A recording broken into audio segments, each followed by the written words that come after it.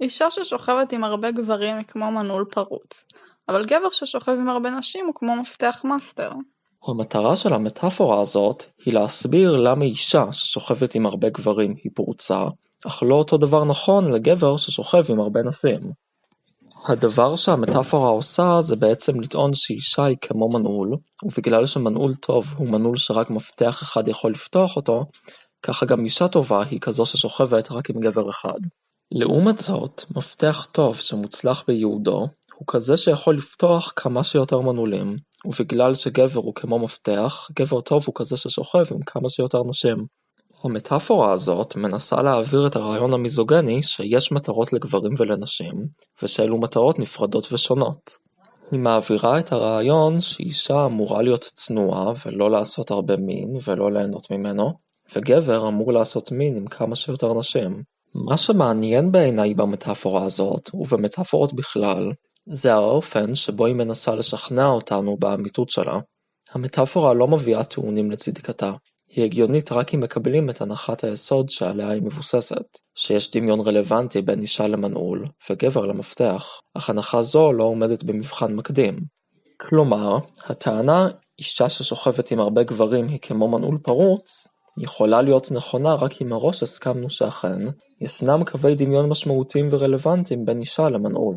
המשמעות של זה היא שאנחנו לא יכולים להסיק מהמטאפורה דברים על נשים, בדיוק באותה מידה שאנחנו לא יכולים להסיק ממנה על מנעולים. המטאפורה הזו מנסה להסביר את הרעיון שאישה אמורה להיות רק עם גבר אחד, דרך קו הקבלה אחר, שאנחנו אמורים להסכים איתו, והוא הדמיון הצורני לכאורה בין עברי מין לחפץ שמקושר עליהם. כביכול, יש דמיון צורני בין מנעול לקורס ובין מפתח לזין, ולכן אנחנו אמורים לקבל שיש קווי דמיון ביניהם. אבל, דרך החשיבה הזו בעייתית לפחות בשתי רמות.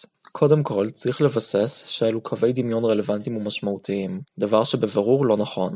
דמיון צורני בין שני דברים לא מבסס שיש להם תפקיד או משמעות דומה.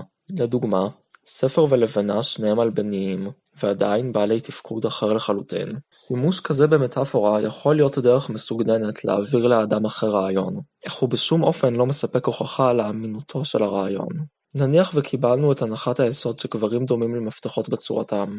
אין סיבה לקבל הנחה זו מאחר וגבר אינו זין, וגם לא ודאי שיש לו זין, אבל נניח וקיבלנו את ההנחה.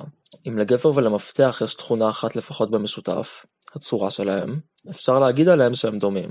אם הם דומים ולא זהים, הרי שיש להם לפחות תכונה אחת שמבדילה אותם, אחרת לא היה הבדל במשמעות בין המילה גבר ומפתח. מאחר שגבר ומפתח דומים, מנסה המטאפורה להסיק שיש להם תכונה נוספת במשותף, הסטנדרט שעל פיו מודדים את איכותם. אך מאחר ואנחנו כבר יודעים את התכונה האחת ההכרחית להיות הדברים דומים, צורתם, ואנחנו יודעים בוודאות שלא כל תכונותיהם דומות, אחרת היו זהים ולא דומים, הרי שאי אפשר להסיק על תכונה משותפת נוספת. אותו הליך לוגי נכון לכל מטאפורה. המטאפורה הזו כמובן לא פועלת. בניגוד למנעולים ומפתחות, בני אדם לא נוצרים עם ייעוד מסוים שקבוע מראש. המטאפורה הזו כמובן לא פועלת. בניגוד למנעולים ומפתחות, בני אדם לא נוצרים עם ייעוד מסוים שקבוע מראש. המטאפורה הזאת מבוססת על ההנחה המיזוגנית והשקרית שלאנשים יש מטרה קבועה מראש לא לעשות הרבה מין. כשבמציאות הדבר הטוב ביותר הוא שכל אחת ואחד יעשו איזה מין שהם רוצים, כמה שהם רוצים, עם מי שהם רוצים. נשים הן לא איבר המין שלהן, יש נשים עם איברי מין ששונים אחד מהשני, ולאיברים אין ייעוד או מטרה. מפתח שפותח מנעול עושה פעולה חד-כיוונית. המנעול לא יכול לפתוח את המפתח, אפילו שבמציאות לעשות סקס זאת פעולה הדדית. גברים יכולים לשכב עם גברים, ונשים יכולות לשכב עם נשים, אבל מפתח לא יכול לפתוח מפתח, ומנעול לא יכול לפתוח מנעול.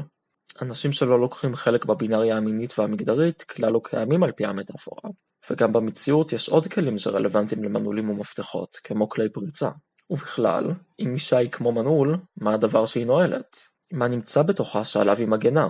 אם באמת התפקיד של האישה הוא לנעול, אז למה הגבר לא מכבד את זה? אם הגבר הוא כמו מפתח, האם זה אומר שאישה היא יותר גדולה מהגבר, כדי שכל הגוף שלו יוכל להיכנס אליה מלבד הראש? ובכלל, רוב המפתחות יכולים לפתוח רק מנעול אחד. מפתח מאסטר יש רק לאב הבית.